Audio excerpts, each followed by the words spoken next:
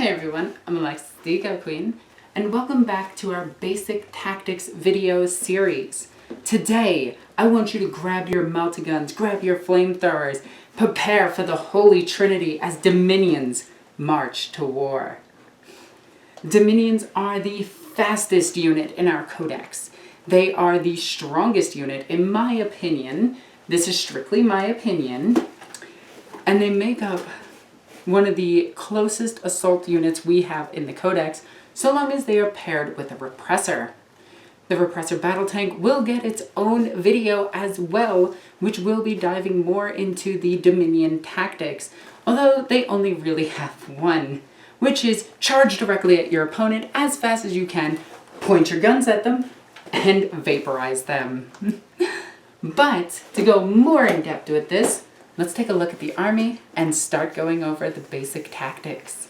Okay, so Dominion squads. Dominion squads make up your fast, pretty deadly suicide unit. And the reason I say that they're a suicide unit is mostly because I've never had them last more than 3 turns. They usually die immediately doing what I need them to do, which is target priority. Dominions are your girls to go to for removing big enemy units, whether that be a huge tank, heavy infantry, or taking out mass infantry. Now, we are going to be discussing the transports, the character combos, as well as weapon choices. As you can see, I have all 3 weapon choices represented here. Stormbolters, melta-guns, flamethrowers.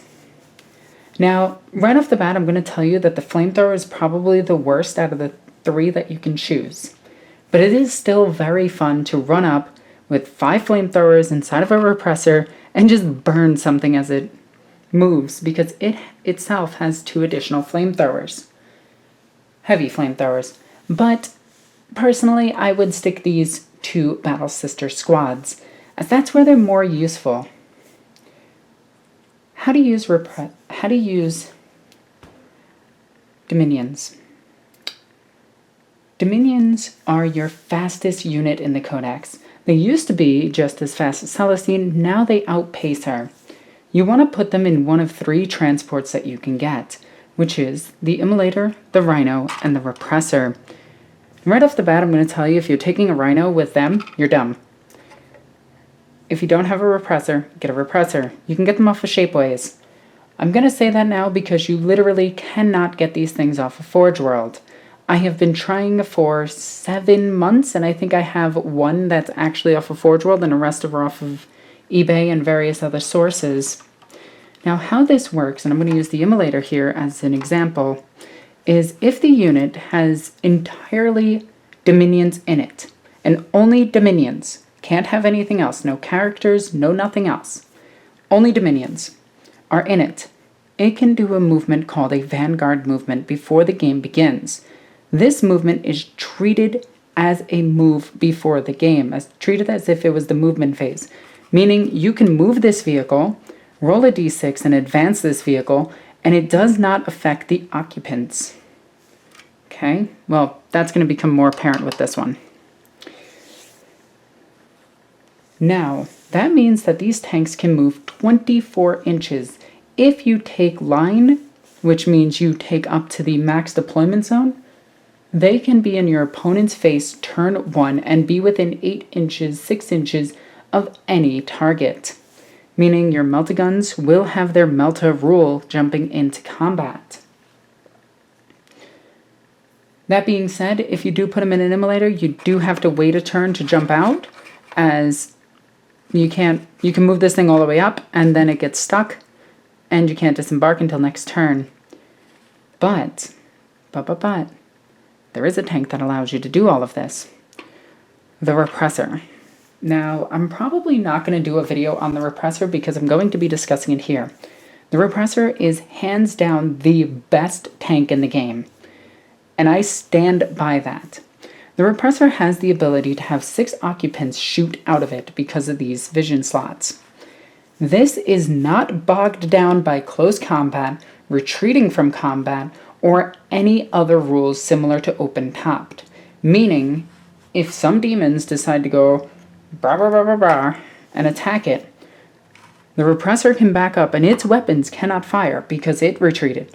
But the girls inside are only treated as moving, meaning they don't count as retreating from combat, meaning they can easily shoot and kill these things. That being said, you want 2 flamethrowers, 2 Stormbolter on top of it. 2 flamethrowers, a Stormbolter. Now, once you get your Repressor, which you can get off of Shapeways, and I can probably put links in the description down below on how to get it, until GW releases an actual 40k kit for it, which we might get in the new codex, or it'll be just a discontinued model that everybody has to 3D print. But I digress. Now, outfitting your sisters. Sisters of Battle come with 3 weapon options: Stormbolters, Flamethrowers, and Meltaguns. For the ease of this video, I'm going to tell you not to use Flamethrowers, as they're one of the worst choices. And I say that because now we have Blessed Ammunition, meaning if you're going to take your Dominions and keep them on foot, not in vehicles, you can take them on foot with Stormbolters, and they're actually really efficient. The Blessed Ammunition makes their bolter AP -2 and 2 damage. They're Stormbolters only. And since the Sister Superior can get a Stormbolter, that is actually more Stormbolters than, well, it's 5. Every single unit can have 5 of their special weapon. But it is 5 Stormbolter shots, which can be put into rapid fire range because these girls can move up their 6, they can advance, so long as they don't end their movement within 9 inches of an opponent. Now, the next option that I would suggest is Meltaguns. The reason for this, as discussed earlier, is the 24-inch vanguard, the super advanced movement, meaning you can get right up to your opponent, and if you have 3 squads of Dominions with Meltaguns, you can take out damn near any target in the game, lest that be a Shadow Sword, or even forcing your opponent to rotate ion shields on big targets like Knights, while the other 2 squads focus fire on something else. Now, when you take a Sister Superior for the unit, keep in mind they keep their chainsword, but you always want to get the matching weapon to the squad's majority. Meaning, Stormbolter for Stormbolters, even though this is a bolter, just pretend for now, I'm going to cut it off and make it into a Stormbolter eventually.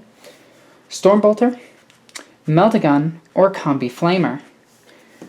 And keep their chainswords on each one of them. Also bear in mind that they are not that good in combat, as I believe they hit on 4+, but we're going to double check just to make sure so I don't make a fool out of myself. Even though that is one of my favorite hobbies.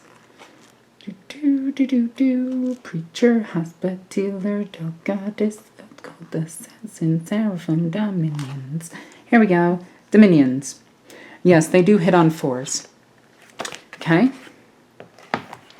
With them, I would actually take Ebon Chalice, which gives you a great ability to take a Canoness with an Eviscerator, with an Inferno Pistol, with Ebon Chalice, and she will be your support HQ as she moves up the battlefield. And this is extremely good because this benefits the other units in the army because she can actually use the double attack ability and spread it out to all sisters regardless of whether or not they are Order of Our Martyred Lady, Order of Sacred Rose, Order of Bloody Rose, Ebon Chalice, so on and so forth. I think the only one I missed was, oh god, I can never remember the other one. But anyway, I digress. If you are going to take sisters, I would highly suggest a Vanguard detachment of Dominions. Now the cool thing is they barely need support, meaning the beginning of the game, you rocket this thing up 12 inches. If you go first, which is cool because you actually get to check before the game begins, and you can use these to put in front of your army and blockade your opponent. But, details. Now, before the game begins, they get the Vanguard, meaning they're 12 inches ahead. I highly suggest you go 9 inches ahead, or 8 inches ahead, so you're still within range of the +1, Shield of Faith, that's what it's called. So they have a 5+ invulnerable save. If you keep Celestine nearby them, they have a 4+ invulnerable save. And 4+ invulnerable save with 5 Meltaguns inside it is horrifying for an opponent to face. Now, One of the cool things about the Repressor, since we're talking about it as well, is the Repressor's height. Meaning, let's just go like this. Actually, let's go like this. That's about the average height, actually this is exactly 3 inches, of the first floor of a building. The Repressor, due to its size, can actually disembark really high up on this thing. So keep that in mind. And you'll see this ability utilized in most of my battle reports, where it's better explained. Now, once you do your vanguard movement and move up 12 inches, save these things for moving last. And the reason I say that is because you want to get your entire sister order in range of them before they advance forward. So Celestine moving 12 inches behind them, Canoness with the, just say a different Canoness, with the 5 up, the +1 invulnerable save, rocking up behind them, using the Act of Faith to move the extra 3 inches, so the entire army is now moving forward. Then advancing both of these units will keep them within range of these turn 1, meaning 4 up invulnerable save, bunch of meltas in your opponent's face.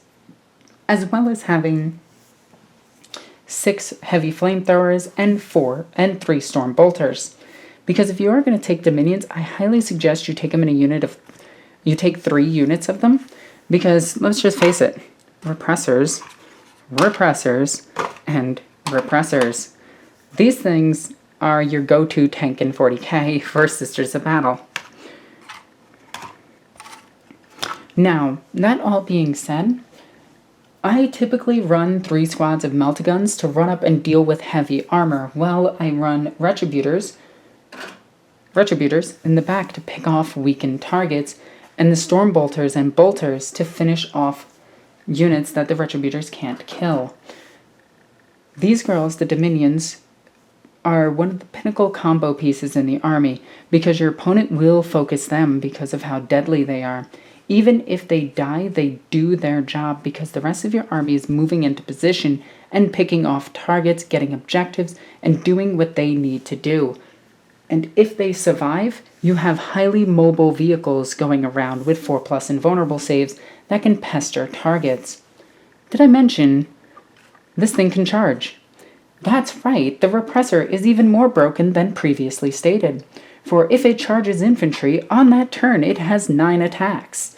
That's right, 9. 3 base, but 3 attacks each because of silly ram thingy. It also hits on 5s with strength 6, AP -1. Like I said, best tank in the game. I think it rounds out at about 126 points or something like that. I'd have to double check my list, so don't take my number for, you know, the exact number of it. I just have to check Battlescribed once again. Now, if you've already built your list with max bodies, you're getting an extra 15 bodies just from Dominions, an extra 15 from Retributors, and more than likely 6 from your troop choices, meaning your total army will have more than enough to actually keep this girl in range once those things explode and these girls get out, to give them all +1 to hit, or use her ability to use the Act of Faith to heal her, and then use Vessel of the Emperor's Will to make sure you heal up all of your Dominion squads. Oops, sorry about that, I hit the camera. If you are going to take a Dominion squad, I highly suggest you take a Hospitaller. Let's just pretend that this is the Hospitaller, because once again, I forgot to take her out for the video. I would suggest taking 2 Hospitallers and 1 Delgatus, or Dialogus, or however people want to pronounce this ugly-ass model's name. I should just call it a freaking Hierophant and be done with it, but I digress. Take one of her, 2 priests, not 2 priests, 2 priests are different, 2 Hospitallers to heal up your Dominion squads as they get out of their vehicles. The Hospitallers can also heal your big units, as well as using Acts of Faith on themselves to spread it out with Emperor's Will if your Canoness is not in range. Delgatus allows you to reroll Acts of Faith, so if you need to do an Act of Faith on them separately, you can actually get it off pretty easily. This girl's kind of awesome. You kind of want one or two of her in your army. 30 points, well worth it. Dominions also do benefit from the +1 and Bloody Rose, but I don't charge with them. I'd rather keep them up high or in vehicle to keep them away. Although if you are going Stormbolter, I would suggest going with, not Ebon Chalice, I would suggest going with Bloody Rose and giving them a banner. Although I personally don't use the banners in most of my squads, as I still don't see them as worth it just yet, except with squads that I need them to work with, such as Retributors. Now, that all being said, Dominions are your fastest hitting, hardest hitting unit in your book. And with proper support, such as Seraphim, Celestine, and a Canoness, they can devastate your opponent's front lines as the rest of your infantry moves into position. With that, I think we're going to wrap up this video because there's not much to talk about with their weaponry. If you watched the Battle Sister one previous to this, you'll know the effective weaponry combos to use. With them, it's pretty much Stormbolters or Meltaguns. Which one do you want to go with? Cheapest is the Stormbolters, as you can get 3 squads of them for, I think, like 60 points each with just Stormbolters, and you could do 3 squads of them, and they're dirt cheap. Or you can do Meltaguns, or you can do Flamethrowers if you choose. One of the cool things about Dominions is they usually get around your opponent's -1 to hit abilities because of their ability to get so close to the opponent. Now, with that all being said, I think we're going to wrap up this video. I hope you enjoyed it. If you did, please comment in the comment section down below. Like this video, ring that stupid bell thingy because YouTube cares about it for some reason. And, oh yeah, and check the description to follow me on social medias. And if you're super awesome, you can follow me on Patreon and support me there. And it goes a long way to helping me out, making sure I bring you the best battle reports I can, as well as keeping my tummy full of Skittles. Anyway, guys, I'm Alexis the Eco Queen. I love you guys. Bye.